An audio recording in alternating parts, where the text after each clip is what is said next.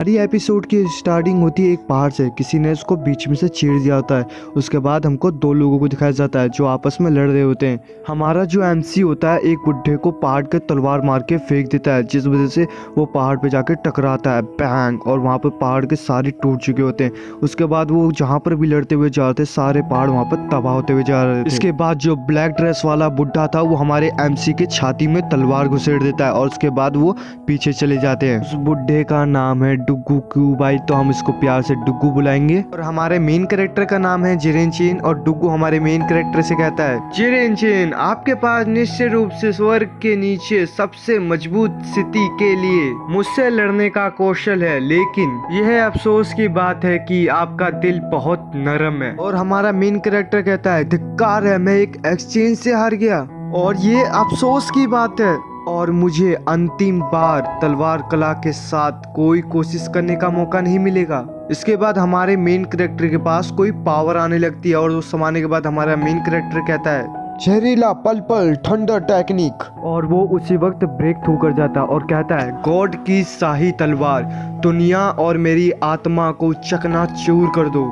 उसके बाद हमारा हीरो जोर से एक चीख निकालता है उसकी तलवार में। फिर हमको दिखाया जाता है एक पावर आ रही है और उसके बाद उसकी तलवार जो होती है हवा में उड़ने लगती है और जाके डुग्गू की तरफ जाती है और जाके हिट कर जाती है। जैसे तलवार उसको हिट होती है उसके मुंह से खून आता है और जहाँ पर वो तलवार लगती है उसके पीछे सारे पहाड़ जो थे चकनाचूर हो गए थे। और हमको डुग्गू को दिखाया जाता है जिसकी तलवार छाती के आर पार कर गई थी और बहुत बड़ा छेद हो चुका था और वो कहता है, एक मौत के समान ब्रेक थ्रू, ये कैसे हो सकता है। बाद वो डुग्गू वहीं पे मर जाता है और हमारा हीरो भी नीचे गिर जाता है और वो कहता है, आकाश, आसमान के रंग बदल रहे हैं। और फिर हमको आसमान को दिखाया जाता है जहाँ पर एक ब्लैक होल बन रहा होता है और वो ब्लैक होल बड़ा होते जा रहा था और अचानक से वो ब्लैक होल वहीं पे फूट जाता है। और हमको नेक्स्ट सीन में जिरेनचीन की आंख खुलते हुए दिखाई जाती है और वो कहता है कि क्या मैं मर नहीं गया था, चलो युवा मास्टर। और यहाँ पर हमको एक लड़की को दिखाया जाता है जो कह रही होती है, ये खाने का वक्त है। अरे अरे अरे, इसके बाद वो अपने कपड़े उतार रही होती है और वो दिखा रही होती है और तभी हमारा मेन कैरेक्टर कहता है, अरे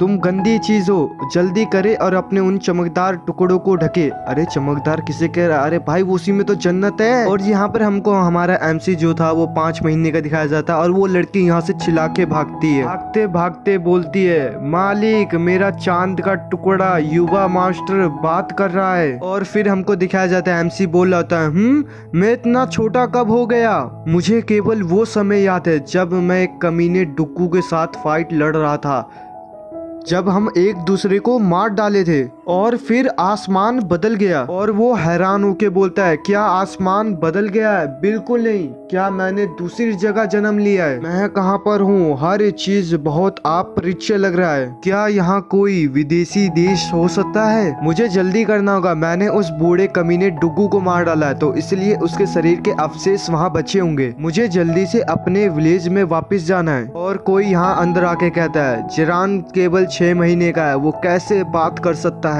क्या आपने उसे पेट भरने तक दूध पिलाया? और यहाँ हमारा एमसी कह रहा होता है, तुम लोग जल्दी करो और मुझे स्वर्गीय तलवार शिखर पर लेके चलो। फिर वो आदमी कहता है, जियांग जियांग सच में बात कर रहा है। अरे ये तो हैरान भी नहीं हो रहा, अगर मैं होता तो मेरे भैंस की गांठ फट जाती और मैं सोचता कि भैंस इसमें कोई आत्मा तो नहीं आ गई है। और पीछे सब लोग बधाई हो मास्टर, आपका बेटा 6 महीने में ही बोलने लगा, ये सब कह रहे होते हैं। एमसी कह रहा होता है, मुझे इस चीज की परवाह नहीं आप किस परिवार से हैं, मैं तो सिर्फ स्वर्गीय तलवार के शिखर पर लौटना चाहता हूँ। और हाँ गाइस, इनके जो ट्रांसलेट मुझे करना बहुत हार्ड पड़ा तो थोड़ा एडजस्ट कर लो आप लोग। और हमारा एमसी कहता है, इसके बाद ही मुझे यहाँ एहसास हुआ कि ये एक दूसरी दुनिया है और मैंने इसलिए चांगयांग परिवार के युवा मास्टर चांगयांग जेतेयांग की पहचान ली और इस परिवार के साथ रहा। और हमारे एमसी को एक बुढ़ा गले लगते हुए कहता है, कितना प्यारा। और पीछे से वो मास्टर कहता है, थैंक यू। और ये कहता है कि मैं इसका विद्रोह करना चाहता हूँ।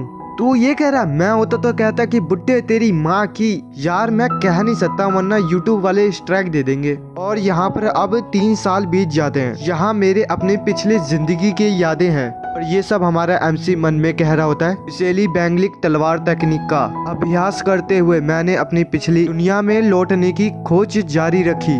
चांगयांग परिवार की योग्यता कि परीक्षा शुरू हो गई है। 3 साल से भी कम अभ्यास के साथ मैं सही में सबको चौंका दूंगा। और पीछे सभी लोग हमारे एमसी को कह रहे होते हैं गुड लक मास्टर। और हमारा एमसी अपने मन में कहता है क्या मैं अपनी पावर से हर किसी को मौत के मुंह में ढकेलने दूंगा। वहाँ पर एक बुढ़ा होता है और वो कहता है कि युवा मास्टर अपना हाथ इस पत्थर के बीच में रखे। और वो बुढ़ा कहता है ये। और हमारा एमसी पूछता है इस चिन्ह का मतलब क्या होता है, क्या इसका मतलब सच में कुछ अच्छा है। वो बुढ़ा कहता है ये परीक्षा खत्म हो चुकी है, युवा मास्टर इस परीक्षा में फेल हो गए हैं। इसका ये अर्थ है हमारे युवा मास्टर के पास कोई पावर नहीं। और इसी के साथ ये एपिसोड यहाँ पर खत्म होता है। अगर हमारी वीडियो थोड़ी सी भी पसंद आए तो वीडियो को प्यारा से एक लाइक कर देना और चैनल को सब्सक्राइब कर देना। तब तक के लिए बाय बाय।